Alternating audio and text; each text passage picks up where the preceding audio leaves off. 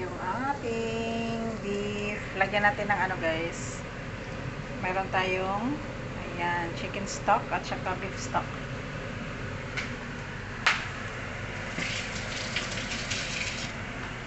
So, I'm wearing glove guys kasi naano ko yung kamay kanina. Kaya tinakpan ko ng gloves. Ayaw ko yung ano, ayaw ko mabasa kasi. Kasi kunting cut baka mamaya magka-infection. So, yun ating beans guys. Ating beef, nilagyan ko siya ng beef stock at saka vegetable stock. Ito yung itim yung ano, beef stock. Yan, sobrang itim ng ating beef stock.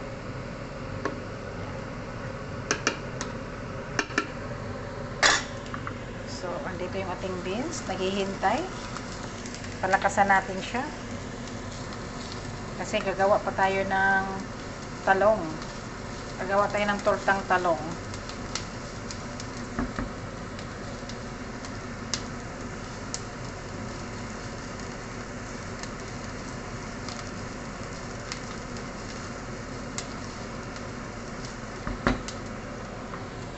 Dagdagan ko ng tubig yung ating beef guys.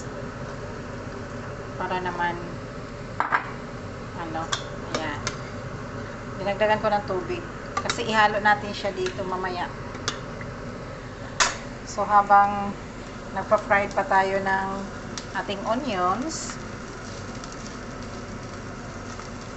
dahan-dahanan lang natin yung beans sa pagpaluto ng beans guys. Siguro mga 5 minutes takpan natin yung beans kasi masarap yung mga ginaganito mo siya, tapos dahan-dahan ang pagluluto mo sa beans, yun ang masarap.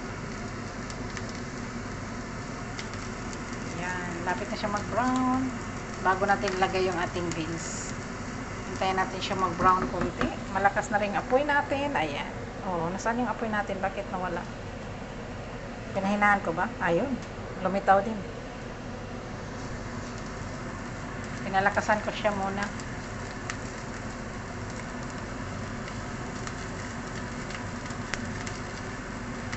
Yun. Soak the onions.